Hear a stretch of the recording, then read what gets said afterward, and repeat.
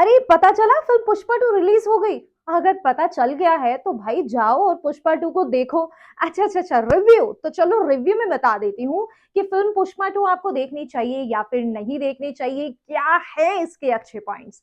Well hi guys, मैं हूं Janvi, welcome करती हूँ आप सभी का चैनल की तरफ से। फिल्म पुष्पा टू रिलीज तो हो गई है, सबसे बड़ा सवाल ये उठता है कि क्या हमें ये फिल्म देखनी चाहिए। तो मेरा सवाल आपसे ये है कि क्या आपने फिल्म पुष्पा का पहला पार्ट देखा है, पुष्पा द राइज। अगर आपने फिल्म का पहला पार्ट देखा है तो ऑब्वियस सी बात है पुष्पा द रूल यानी कि सेकंड पार्ट आप लोग जरूर देखने जाएंगे। लेकिन अपने रिस्क पर ही जाइएगा, बाद में ये ना हो कि अरे यार ये तो हमारी एक्सपेक्टेशंस पर खरी ही नहीं उतरी। चलिए वक्त जाया ना करते हुए बताती हूँ आपको पुष्पा टू कैसी फिल्म है, आपको देखनी चाहिए या फिर नहीं देखनी चाहिए।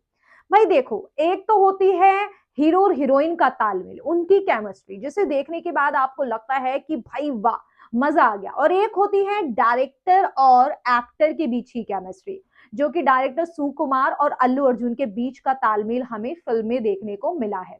डायरेक्टर साहब यूं तो पर्दे के पीछे थे, अल्लू अर्जुन जो आगे जाकर परफॉर्म कर रहे थे उन्हें देखकर ही लग रहा था कि डायरेक्टर और उनका तालमेल बहुत ही बढ़िया है।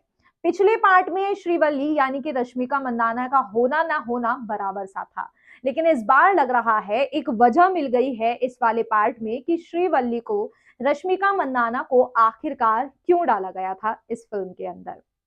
रही बात फहाद फाजिल की, तो भाई एक बार फिर से अल्लू अर्जुन आगे आगे, फहाद फाजिल उनके पीछे पीछे। लेकिन अब जो अल्लू अर्जुन यानी कि जो पुष्पा राज है ना, उनकी जिंदगी बदल गई है। काश हमारी भी जिंदगी ऐसी होती यार कि अगले ही पार्ट में बदल जाती, हम गरीब से अमीर हो जाते, हम लोगों का भी एक शासन चलता। ऐसा पुष्पा राज के साथ तो हो गया है। तो भाई पुष्पराज अब वो बहुत पावरफुल इंसान बन चुका है, दुनिया उसके आगे पीछे घूम रही है, लेकिन फहाद फाजिल आज भी उसके पीछे ही है। तो यहाँ पर कहानी वहीं से दिखाई जाती है जहां पर पहला पार्ट खत्म हुआ था। कहानी क्या है ये आपको पता ही है, लेकिन जिस तरीके से अल्लू अर्जुन की जिंदगी बदल गई है वो इसमें एक बड़ा ट्विस्ट है। श्रीवल्ली है नहीं है, पहले पार्ट में कुछ खास पता नहीं चला था। और ज्यादातर साउथ फिल्मों में होता भी यही है, हीरोइंस को ज्यादा तवज्जो दे ही नहीं जाती, लेकिन इस बार जो है प्रॉपर तवज्जो दी गई है। पता चला है महिलाओं के सम्मान की बात की गई है। हमारी जो बॉलीवुड इंडस्ट्री है उसमें देखा जाए तो लड़कों को साड़ी पहनाना, कपिल शर्मा के शो में भी देखा होगा आपने, एक कॉमेडी वाला ट्रेंड है। मतलब उन लड़कों को अगर साड़ी पहना दी तो वो एक कॉमेडी लगती है।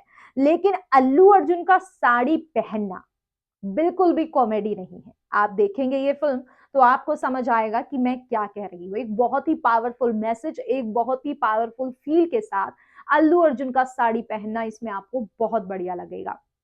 बात रही फिल्म पुष्पा के अगले पार्ट की यानी कि पुष्पा थ्री रामतेज। अब इसमें कहानी को आगे बढ़ाया जाएगा, जिसके लिए पुष्पा थ्री के लिए हमें ज्यादा इंतजार करना भी नहीं पड़ेगा। यानी कि ये जो पुष्पा वन और पुष्पा टू का इतना लंबा गैप था, वो इतना लंबा गैप तो नहीं होगा, बल्कि बहुत जल्द ये फिल्म हमारे सामने दस्तक देगी। अब जो मेरा पर्सनल ओपिनियन ये है कि पुष्पा वन मैंने जब देखी थी, एक वो जो माहौल बना था, झुकेगा नहीं साला, फ्लावर समझे क्या, हम फायर हैं, वो जो डायलॉग जुबान पर रट गए थे ना, पुष्पा टू देखने के बाद भी कुछ ऐसे डायलॉग जुबान पर मेरे आए नहीं है। वेल आप लोग मेरी बात से कितना सहमत हो कितना नहीं, मुझे कमेंट सेक्शन में जरूर बताना। मिलती हूँ आपको अगली अपडेट के साथ। ये था हमारा पुष्पा टू फिल्म को लेकर रिव्यू। अच्छा लगा हो, कोई शिकायत करनी हो, बिंदास करो यार। मैं मिलती हूँ आपको नेक्स्ट अपडेट के साथ।